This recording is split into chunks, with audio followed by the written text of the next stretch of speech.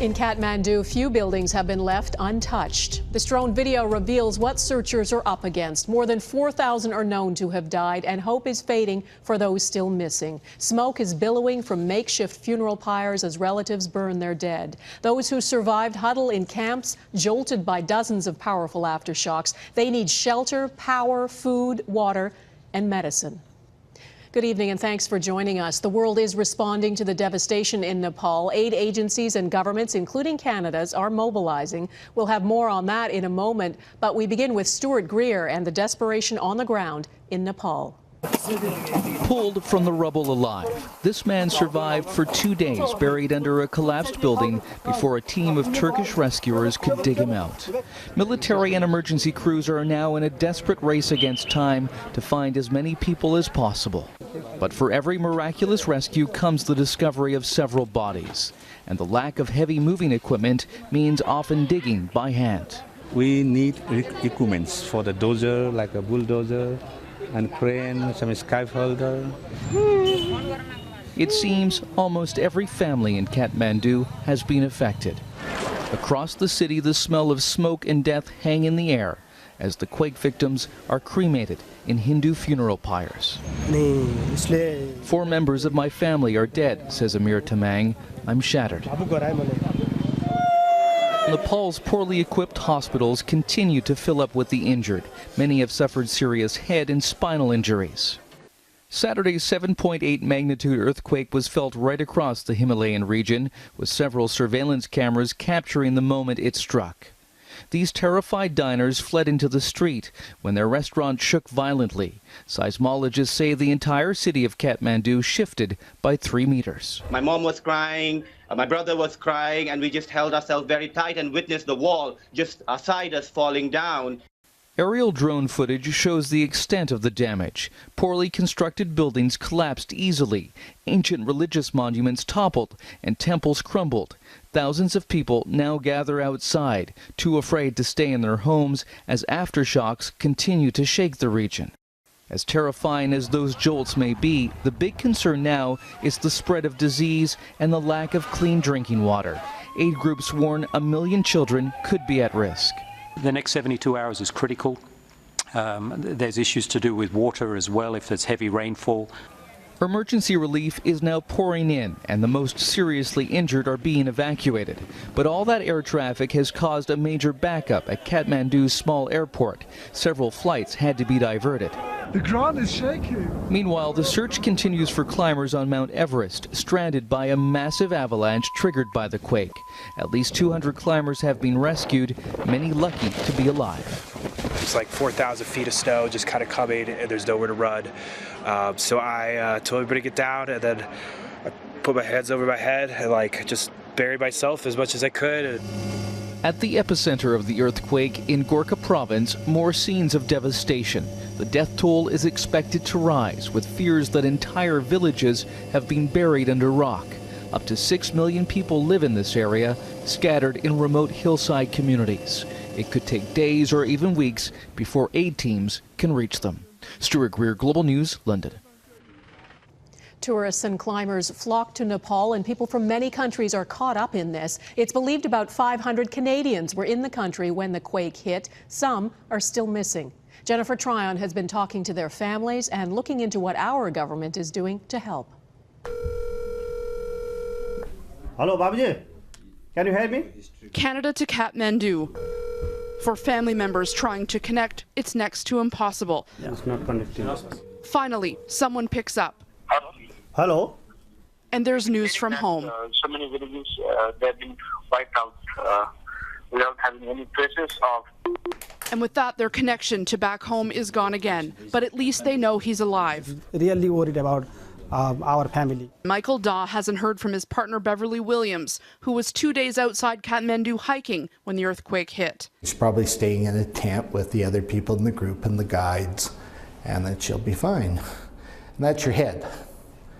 Your heart, what the heck happened? Because we don't know. There are more than 450 Canadians registered as being in Nepal, but there's no tally on just how many are lost, missing, dead or alive. They are with hundreds of dead bodies Justin Piche just got word his sister-in-law, Faye Kennedy, a civil servant from Ottawa, is injured and was evacuated out of Langtang. We know she's alive, and we hope that that authorities and the government of Canada is able to bring her back. It's trying. DART is now en route, and Canada has committed $5 million in humanitarian aid, along with a C-17 Globemaster airlifter, 42 members of the Canadian Armed Forces, 18 of whom are on an assessment team, 11 additional aircrew members, 7 light urban search and rescuers, and 6 medical personnel. They're also bringing food and water, along with search and rescue equipment, camping gear, and an all-terrain vehicle, along with an ambulance. There's another 150 soldiers and more equipment on standby at CFB Trenton. But whether any of it can get there safely is still uncertain. There has been damage done to the apron of the Kathmandu airport, which is resulting in a backup of air traffic.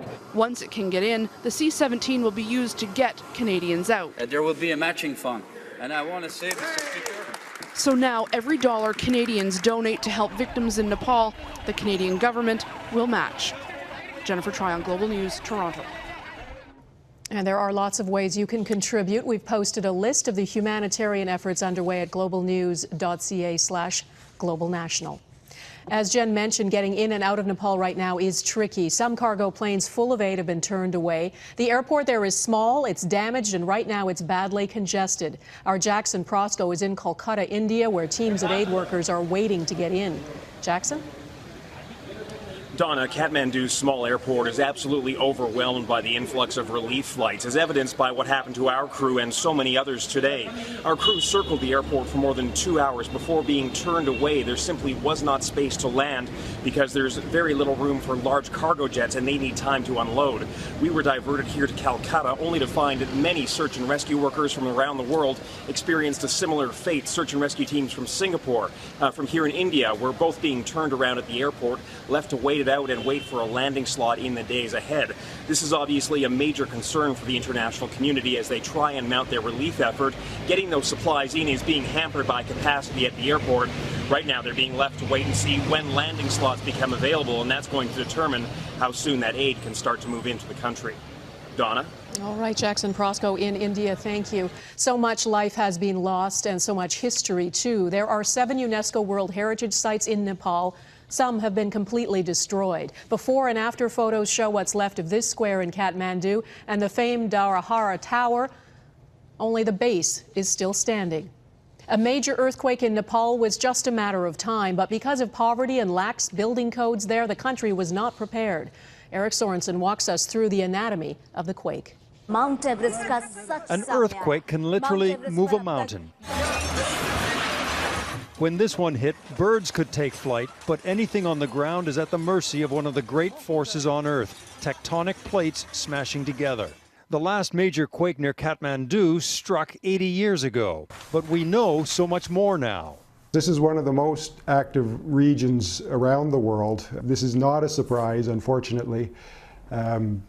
Large earthquakes will happen here because of the way the plates are coming together.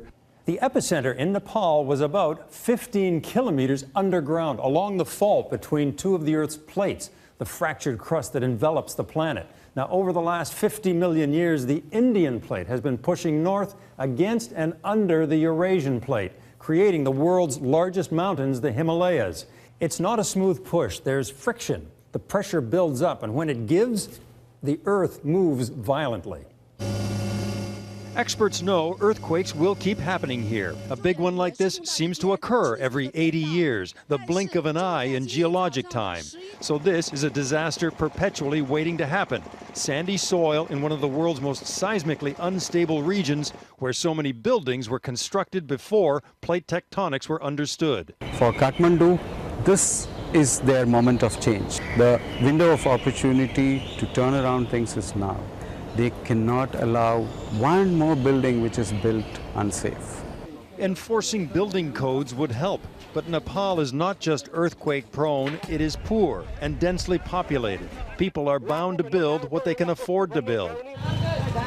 So the clock is already ticking down on a future disaster, because the next earthquake is inevitable. Eric Sorensen, Global News, Toronto. Still to come.